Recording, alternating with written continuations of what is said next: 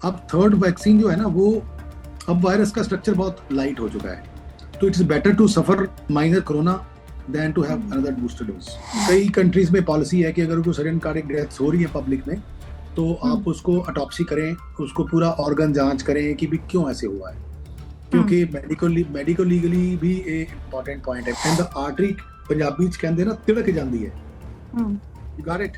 So what happens, artery gets crack in the artery. कई ऐसी tribes हैं पूरी दुनिया में जो सिर्फ रेड मीट खाती हैं, हिरन मार दिया, ये कर लिया, वो कर लिया, उनके अंदर देखा गया कि हार्ट अटैक होता ही नहीं। सोशल मीडिया पर या खास तौर पर ट्विटर पर आपने जरूर देखा होगा हैशटैग हार्ट अटैक, और साथ में आपने कई वीडियोस भी देखी होंगी जहां पर जवान युवा युवतियां, जी हाँ हम बात कर रहे हैं 21 से 25 साल के वो युवा युवतियां जो अचानक से किसी फंक्शन में होते हैं या रास्ते में चल रहे होते हैं और अचानक से हार्ट अटैक से उनकी मौत हो जाती है। इसकी वजह क्या है? आपने सोशल मीडिया पर कई लोग जो खुद डॉक्टर तक नहीं है उनकी अनसॉलिसिटेड एडवाइस भी देखी होगी, लेकिन आपको उन पर यकीन नहीं करना है, क्योंकि इस वक्त हमारे साथ हैं डॉक्टर अनुराग शर्मा जो कि कार्डियोलॉजिस्ट हैं, जो दिल की बीमारियों के ही विशेषज्ञ हैं। वो आपको कारण भी बताएंगे और आपको उपाय भी बताएंगे। आपको साथ ही ये भी बता दें कि इस वक्त सोशल मीडिया पर दो कारणों की सबसे ज्यादा चर्चा की जा रही है। पहली है ज्यादा जिमिंग करना और दूसरा है कोविड वैक्सीन। क्या वाकई में इसमें कोई सच्चाई भी है? ओवर जिमिंग के बारे में बात की जा रही है, जो जिमिंग के बारे में बात की जा रही है, क्या वाकई में वो हार्ट अटैक को लेकर क्या उसमें कोई सच्चाई है? और दूसरी बात, जो सुनील शेट्टी जो खुद एक जिम ओनर है, उनको लेकर उन्होंने एक बात कही थी। उन्होंने कहा था कि जो बॉडी को बनाने के लिए जो सप्लीमेंट्स होते हैं या फिर जो स्टेरॉइड्स होते हैं या फिर बहुत ज्यादा एक्सेसिव जो लोग प्रोटीन लेते हैं, उनको हार्ट अटैक का खतरा होता है। इन तमाम बातों की अगर आप सच्चाई हमें बता पाए तो। क्वेश्चन है, बिकॉज हमारे पास भी कई ऐसी रिपोर्ट्स हैं जो पेशेंट्स की, जो कई तो हमें पता लग गई हैं, जो सेलिब्रिटीज हैं, बट उसके अलावा भी कई हम अपने शहर में भी सुनते हैं कि जिम के बाद या सीवियर साइकिलिंग कर ली किसी ने, बहुत ऊंचा चले गए पहाड़ों में यहाँ पे, तो फिर वहां पे जाके यहाँ कोई कोलैप्स हो गया, ऐसा भी मैंने सुने हैं कई case. So basically what happens is कि जब हम ज्यादा एक्सरसाइज करते हैं तो बॉडी की डिमांड बढ़ जाती है, और कई जो पेशेंट्स होते हैं वो, जैसे कि उनको पता नहीं होता कि उनको अंडरलाइंग फैमिली हिस्ट्री है या हाइपरटेंशन है या स्मोकर है। खास करके when you are having undiagnosed hypertension, blood pressure, जब आप ज्यादा एक्सरसाइज करेंगे तो आपका बीपी बढ़ेगा। जब हम टीएमटी करते हैं हमारे यहाँ पे, तो टीएमटी के दौरान बीपी 200 तक भी चला जाता है। पर हम जब नॉर्मल आदमी का टीएमटी करते हैं जिनका 120 80 130 80 होता है, अब मान लो किसी का अनट्रीटेड या अनडायग्नोज ब्लड प्रेशर यार पहले ही 150 100 है या इससे ज्यादा है, अब मान लो ये पेशेंट एकदम से ज्यादा एक्सरसाइज कर लेते हैं, तो ये कोलैप्स भी हो सकते हैं, ये हार्ट फेलियर में भी जा सकते हैं। तो क्या ऐसे लोगों को भी ये हो सकता है जिनको पहले कभी कोई हार्ट कंडीशन नहीं रही है? यस, और कई बार कई कंजेनिटल डिसऑर्डर्स होते हैं, हाइपरट्रॉफिक ऑब्स्ट्रक्टिव कार्डियोमायोपैथी। एक्चुअली हमारे यहाँ पे थोड़ा सा अगर इसके ऊपर जानना है तो, जैसे इंडिया में ये रूल नहीं है कि 100% पोस्टमार्टम या अटॉप्सी होनी चाहिए, मेडिकल हाँ। अटॉप्सी होनी चाहिए सडन कार्डियक डेथ की। अगर हम्म। हम उसको करें तो हम एक ज्यादा निष्कर्ष पे पहुंच सकते हैं, रादर हम्म। देन कंजेक्चर्स लगाने के लिए। क्योंकि बिल्कुल। कई कंट्रीज में पॉलिसी है कि अगर कोई सडन कार्डियक डेथ हो रही है पब्लिक में, तो आप उसको अटॉप्सी करें, उसको पूरा ऑर्गन जांच करें कि भी क्यों ऐसे हुआ है, हम्म। क्योंकि मेडिकल लीगली भी एक इंपॉर्टेंट पॉइंट है। Because otherwise it's very difficult कि भी कारण क्या है, मतलब it's just like we will be keep on discussing but we बिल्कुल। Will never reach a conclusion. Social media पर बहुत सारे डिस्कशंस जो हैं वो इसको लेकर हो रहे हैं। कुछ लोग कह रहे हैं हैवी वेट लिफ्टिंग की वजह से हो रहा है, कुछ लोग कह रहे हैं कि इन सब चीजों से नहीं हो रहा है, और कई लोग तो ये भी अपना एग्जांपल भी दे रहे हैं कि देखिए हम तो इतने सालों से ये करते आए हैं, हमें कभी कुछ नहीं हुआ है। बल्कि उन लोगों को ज्यादा नुकसान पहुंचा रहे हैं जो स्टेरॉइड्स ले रहे हैं या बॉडी बिल्डिंग के लिए जो सप्लीमेंट्स ले रहे हैं। आपके पास जो अभी तक का एक्सपीरियंस रहा है पेशेंट्स का, उसमें आपको क्या लगता है, क्या ये दोनों ही रीजन है या फिर आप ये मानते हैं कि इनमें से एक रीजन है जो ज्यादा आपके लिए घातक हो सकता है? मेरे पास कई पेशेंट हैं हम्म। और जिन्होंने हैवी लिफ्टिंग ज्यादा कर ली। मैं हम्म। एग्जांपल देता हूँ, आज से बहुत साल पहले मेरे पास एक मेजर आए आर्मी के, हम्म। तो वो कह रहे थे कि मैंने अपनी यूनिट में, हमारे यूनिट में नया जिम लगाया हमने। हम्म। So he was posted in some Jammu Kashmir somewhere. So they have put some new gym. So his gym was so good that I started gymming. So he was slightly older. He was around 45 years. So he gym a lot actually in 7 days, and 8th day he had angina. He had almost and we had to stent that guy. We had to stent. उसकी main artery में block था. फिर recently मेरे पास एक patient है, उनको body बनाने का बहुत शौक है, बॉडी बिल्डिंग करने का. उनको भी जिम में एंजाइना हो गया. वो ज्यादा बेंच प्रेस कर रहे थे, जरूरत से ज्यादा कर ली होगी उन्होंने. ये वो पेशेंट होते हैं जिनके अंदर कोई फैमिली हिस्ट्री होती है या ज्यादा वो ओवर ईटिंग करते हैं. फिर मेरे पास एक और पेशेंट आए थे जिनको किसी डॉक्टर ने आयुर्वेदिक के पास गए वेट रिडक्शन करने के लिए. मे भी उनकी थेरेपी होगी कि ज्यादा घी खिला दिया उसको. घी उनको बोला कि रोज ना जी आप 100 ग्राम घी खाओ जी, आपका वजन कम हो जाएगा आपका जी. This guy started eating daily 100 grams. So what happened? For 5th day he had a heart attack. These are the मतलब ये मेरे पास वो पेशेंट्स हैं जो मेरे पास डॉक्यूमेंटेड है. आई एम नॉट टेलिंग हम स्टोरीज. फिर इसी तरह मैं बोलता हूँ कि हैवी जो हैवी वेट लिफ्टिंग है, it can make you prone for developing heart attacks. क्योंकि क्या होता है, मैं आपको अभी एग्जांपल से समझाता हूँ. मेरे पास by chance I am sitting in my clinic. This is our heart. Okay, ये कॉर्नरी आर्टरीज हैं. ये एओर्टा है, मेन आर्टरी. ओके, सो जब हम बहुत वेट लिफ्टिंग कर रहे हैं तो थोरेसिक प्रेशर बढ़ जाता है. आपने देखा होगा कि आप वेट लिफ्टिंग करके देखो, आपके चेस्ट में बिल्कुल प्रेशर आएगा, ऐसे लगेगा बड़ा जोर लगाना पड़ रहा है. तो intrathoracic pressure is raised. Intrathoracic अंदर, वो प्रेशर यहाँ ट्रांसमिट होता है एओर्टा में. एओर्टा का प्रेशर आगे नाड़ियों में ट्रांसफर होता है. तो ये जो सबसे मेन आर्टरी एलएडी होती है ना, हमेशा जो वेट लिफ्टिंग से या जोर से होगा, मैंने जितने पेशेंट अभी तक देखे लाइफ में, उनको एलएडी आर्टरी में ब्लॉक होता है क्योंकि वो बिल्कुल इन लाइन विद एओर्टा होती है. So that the pressure is transmitted and the artery, Punjabi च कहंदे ना, तिड़क जांदी है. You got it? So what happens? Artery gets, crack in the artery. The moment there's a crack, there's a clotting, and because of clotting, patient gets heart attack. So it's important that you should not go overboard. पहले मैंने आपका interview लिया था और उस interview में आपने एक बहुत चीज मेंशन की थी, वो थी मीट. कि जो लोग मीट का सेवन ज्यादा करते हैं और रेड मीट का जो सेवन करते हैं, मीट मटन की मटन का जो सेवन करते हैं, उनको हार्ट अटैक का खतरा ज्यादा रहता है. इस पर हमको कई रिएक्शंस भी आए. कई लोगों का ये कहना था, जो लोग मीट जो खाते हैं, उन्होंने इसको लेकर ये कहा कि फॉरेन कंट्रीज में जो व्हाइट्स होते हैं स्पेशली, वो तो बहुत मीट खाते हैं. वो तो अलग अलग तरीके, वो बीफ भी खाते हैं, वो पोर्क भी खाते हैं और हैवी मटन खाते हैं या हैवी मीट खाते हैं. तो उनको हार्ट अटैक का खतरा हमारे जैसा क्यों नहीं होता? तो मुझे लगता है कि इस तीसरे इंटरव्यू मैं बताता हूँ, उनको भी होता है और हमारे कंट्री में बनाने का ढंग अलग है. उनके कंट्री में वो अलग तरीके से बनाते हैं. हम इतने मसाले घी लगा के मटन को भी और सुपर मटन कर देते हैं. एक तो ये प्रॉब्लम है हमारे कंट्री में. और सेकंड इज कि we are genetically more prone also. ये कई लोगों को नहीं पता है, बट जेनेटिकली जो टिपिकल इंडियन फिनोटाइप वो ज्यादा वल्नरेबल है बिकॉज हमारा ओवरऑल ट्राइग्लिसराइड ज्यादा होता है. एंड अगर आपको एब्डोमिनल ओबेसिटी ज्यादा है, तो आई am not talking that overall. अगर आप देखो ना कि वेस्टर्न कंट्रीज में और हमारे कंट्री में, तो 10 years अर्ली बीमारी आती है हमारे यहाँ. We are more vulnerable. और स्टडी ऐसा भी हुई है कि जो इंडियन अमेरिकन हैं, जो इंडिया में छोड़ के अमेरिका में चले गए, still they are more disease than native American. So race का भी फर्क होता है. तो इंडियन रेस ओवरऑल जो बनी नहीं है एक्चुअली, हमारी जो रियल, अगर मैं इंडियन बंदों की बात करूं, क्योंकि इंडिया में इतने इन्वेजन हुए, बहुत सारे अरब्स आ गए यहाँ पे नॉर्थ इंडिया में एंड ऑल दिस थिंग, उनके भी तो कुछ ना कुछ जीन्स यहाँ मिक्स है. तो इसलिए अगर ट्रू इंडियन अगर माने, तो ट्रू इंडियन फिनोटाइप में they are more prone for heart attacks and they are not supposed to may be take lot of non vegetarians.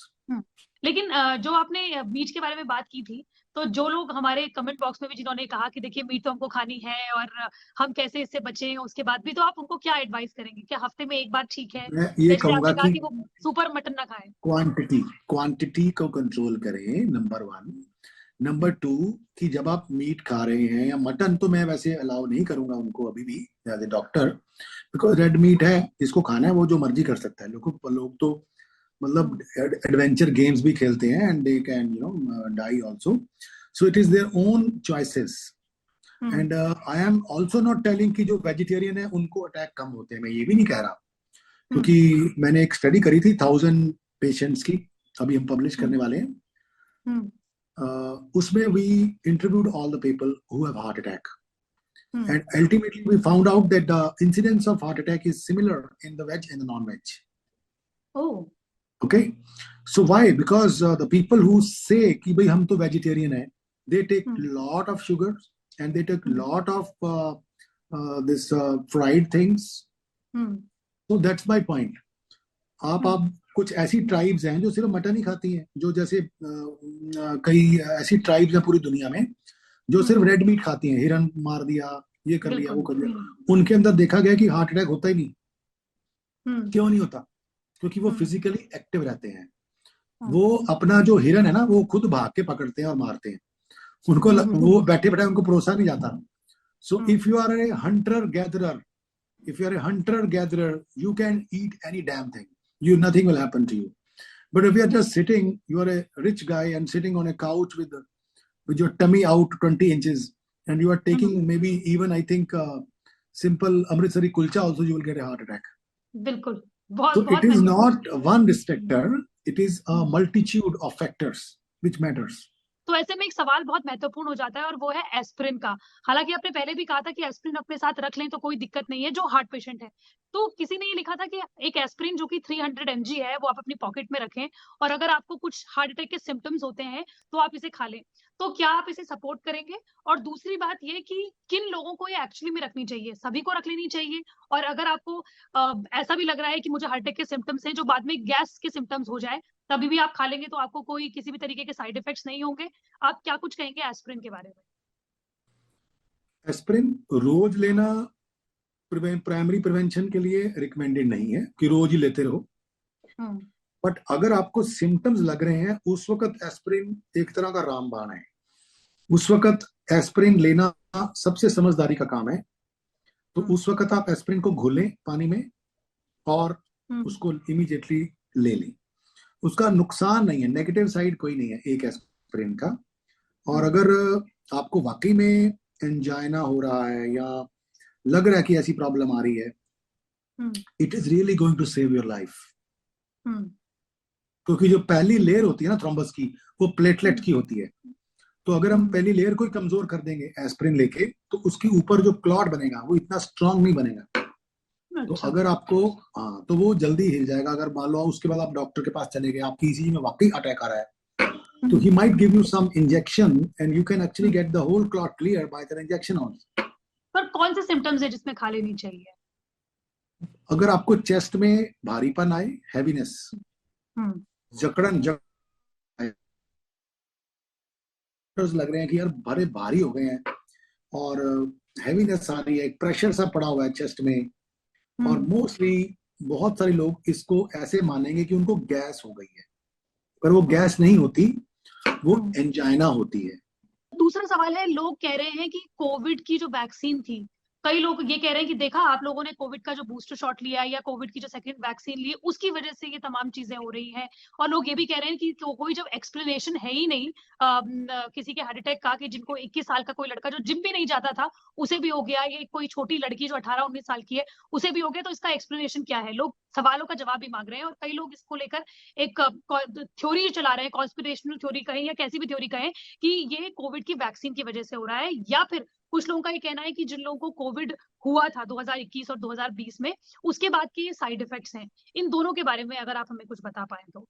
Covid vaccine जो है वो इम्यून रिस्पांस को जगाती है, जिसके अंदर थ्रोम्बोजेनिक मतलब क्लॉट होने की क्षमता को बढ़ाती है. तो इसमें कोई दो राय नहीं है. सेकंड, जो कोरोना वायरस था वो अगर वो भी हो जाए तो उसमें भी हार्ट अटैक से जो डेथ्स हुई हैं वो क्लॉट बनने करके ही हुई है. अच्छा, ये तो हमें पता ही है. फर्स्ट वेव में यही हुआ था. बिल्कुल. सेकेंड वेव में लंग्स उड़े थे, ठीक है ना. थर्ड वेव में आके वो थोड़ा थम गया था, क्योंकि अब कोरोना की वायरस का जो स्ट्रक्चर है वो चेंज हो चुका है. कोरोना जो अपने आप को म्यूटेट कर रहा था बहुत ज्यादा. सो 2 बूस्टर डोज तो मैंने भी ली है, बिकॉज डॉक्टर्स को तो सबसे पहले लगी थी. We were the guinea pigs for the for the vaccine, जब लोगों ने लगा कि पहले डॉक्टरों को लगाओ, भाई डॉक्टर तो जिंदा है ना, मन लगा लेते हैं जोक मार रहा हूँ। सो थर्ड वैक्सीन मैंने भी नहीं लगवाई, बिकॉज अब थर्ड वैक्सीन जो है ना, वो अब वायरस का स्ट्रक्चर बहुत लाइट हो चुका है, तो it's better to suffer minor corona than to have another booster dose. So and कोई भी गाइडलाइंस भी नहीं कहती है WHO की भी आप तीसरी लगवाओ, चौथी लगवाओ, there is no consensus about that. तो मैं चाहता हूँ कि एक तो अननेसेसरी अब ये वैक्सीन नहीं लगानी चाहिए, और मैं मानता हूँ, मतलब कोई और लोग उसका डिफरेंट ओपिनियन भी हो सकता है। बिल्कुल। और क्योंकि मैंने अपने जो पेशेंट हैं, मान लो कि पिछले 1 साल में देखे हैं, जिन्होंने थर्ड लगवाई और जिनको पहले स्टेंट भी हो रखे थे, उनमें से जो ओल्ड पेशेंट थे, old, they came with clot in the stent. फिर हमने कुछ भी नहीं किया, उनको सिर्फ दवाइयां दी और अगले दिन चेक एंजियोग्राफी करी तो क्लॉट चला गया। हमने दोबारा स्टेंट ही लगाया उनको, because it was all drug induced. And ये usually it will happen within 15 to 20 days only. अब मान लो किसी ने 2020 में वैक्सीन लगाई है और उसको आज सडन डेथ हो गई है, तो वो चांसेस कम है। अच्छा। बिकॉज ऐसा नहीं होता कि वो थ्रोम्बोजेनिसिटी वो 3-3 साल तक चल रही है, वो मैं नहीं मानता हूँ। उसके लिए एक्सप्लेनेशन नहीं हो सकती है, क्योंकि बॉडी के अंदर तो चेंजेस लगातार, body is a dynamic organ. तीसरी बात है वो है मेंटल स्ट्रेस, क्योंकि आपने पहले भी हमेशा बोला है कि किस चीज की आप दौड़ भाग कर रहे हैं, आप क्यों इतना स्ट्रेस ले रहे हैं, आप अपने दिल को परेशान कर रहे हैं, दिल को खराब कर रहे हैं। मेंटल स्ट्रेस कितना ज्यादा प्रोवोक करता है हार्ट अटैक को, या हार्ट अटैक के लिए कितना बड़ा एक कारण हो सकता है? Any prolonged stress, which is more than 30 days, 40 days, maybe 60 days, can become a risk factor for clot formation. अब स्ट्रेस वो कितना गहरा है, ये उस पर डिपेंड करता है।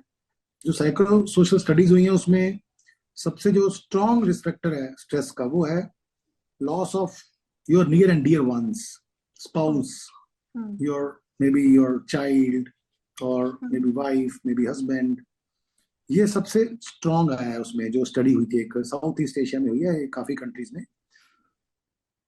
तो देखा गया कि within 1 year of losing someone very close, the person who is hurt the most can get the heart attack. Can, I mean to say, there was a attributable risk to this score, attributable risk था इसको, ये वाला risk factor. Second था financial loss, and उसके बाद फिर दूसरे loss आ जाते हैं, मतलब स्ट्रेस आ जाते हैं। बट आई थिंक ये 2-3 जो लॉस हैं वो ज्यादा इंपॉर्टेंट है। और एक पेशेंट जो अलोन रहता है, लोनली रहता है, ज्यादा ओपन अप नहीं करता है, तो ये भी पर्सन टू पर्सन डिपेंड करता है। बिकॉज स्ट्रेस क्या होता है कि how you take that stress, that defines your reaction to your stress. Stress तो बहुत से लोगों को है, कई लोग तो मतलब देखो ना, अपने कंट्री में रोज कितने, कोई गोली मार दी, किसी को कुछ कर दिया। अब ये लोग को थोड़ा गिल्ट में कोई हार्ट अटैक हो रहा है, तो डिफरेंट तरह के लोग हैं, मतलब हर एक पॉपुलेशन में एक डिफरेंट तरह के लोग होंगे। और कई लोग हैं जो एक कुत्ता भी मार देते हैं, कुछ हो गया उनको, तो वो 10 दिन तक डिप्रेशन में पड़े रहते हैं। तो it is very individual stress, how you deal with stress. So certain people are prone for it. So जो प्रोन होते हैं उनको ही स्ट्रेस ये तंग करता है। पर मैं ये नहीं आप कह सकते कि जी इस बंदे को हार्ट अटैक नहीं तो इसको स्ट्रेस नहीं है, ऐसा नहीं है। उसको भी है stress, but he is dealing with it. तो ऐसे लोग जिनको अपनी हार्ट कंडीशंस के बारे में नहीं पता, या ऐसे लोग जिनको लगता है कि उनका हार्ट बिल्कुल ठीक है, ऐसे लोग हार्ट अटैक से कैसे बचें? क्योंकि अभी जितनी जनरली हम जितने भी वीडियोस देख रहे हैं, जितने भी केसेस देख रहे हैं, वो ऐसे ही लोगों का है जिनका पहले कभी कोई हार्ट की हिस्ट्री नहीं रही है। तो ऐसे में क्या करें, अपने दिल को कैसे ठीक करें? देखो 100% तो कोई ना अभी तक साइंस में ऐसे कोई टेस्ट आए हैं, ना ही कोई डॉक्टर जो है वो इसको प्रिडिक्ट कर सकता है कि उसके अंदर कोई रिस्क फैक्टर्स होते हैं, जैसे फैमिली हिस्ट्री है। हम हाई रिस्क को आइडेंटिफाई कर सकते हैं। बिल्कुल। हाई रिस्क कौन है? स्मोकर है, ओबेसिटी है, सेडेंटरी लाइफस्टाइल है, या हाइपरटेंशन है, family history of sudden death है। Family history of sudden death भी होती है। कई बार ईसीजी में QTC प्रोलॉन्गेशन होती है ईसीजी में, तो वो उनका एक ईसीजी में QT इंटरवल होता है, वो देख सकते हैं। अगर उनका प्रोलॉन्ग है तो ऐसे लोग भी प्रोन होते हैं सडन डेथ को। और ऐसे लोग भी एक्सरसाइज से डेथ हो सकती है उनके, एक्सरसाइज इंड्यूस्ड एरिथमिया ज्यादा होते हैं इनको। तो basically you can only identify these risk factors. And if somebody has very, very strong family history, he can maybe get his CT angiography test done to look at his coronary artery calcium. उससे भी हम थोड़ा predict कर सकते हैं. Otherwise, it is very difficult कि भी हम 100% तो नहीं कर सकते, 90% तक predict कर सकते हैं. तो अपने दिल को कैसे ठीक करें, चाहे वो खान पान हो, चाहे वो एक्सरसाइजेस हो, क्या कुछ करें? बस मैं तो ये कहूंगा कि कम खाओ और एक्सरसाइज भी मॉडरेट करो, moderate, live in moderation, don't be too over ambitious. सब कुछ हो जाएगा अगर आप अपने पथ पे चल रहे हो. बहुत तो छलांगे मारने की जरूरत नहीं है. इफ यू आर हैप्पी, रोटी कपड़ा और मकान के बाद ज्यादा टेंशन न लो. तो ये तमाम जानकारियों के लिए डॉक्टर अनुराग शर्मा बहुत बहुत शुक्रिया आपका. और ये तमाम चीजें जो आपने बहुत ही रिसर्च के साथ, एग्जांपल्स के साथ ये सब कुछ चीजें बताई है, मुझे लगता है कि हमारे दर्शकों के लिए और मेरे लिए भी बहुत ज्यादा नॉलेज के लिए भी बहुत अच्छा रहा है, और मुझे लगता है हमारे सबके दिल के लिए भी बहुत अच्छा रहा है. तो thank you so much. Thank you. I am still learning. Yeah. Thank you so much. Thank you. Yeah. Okay.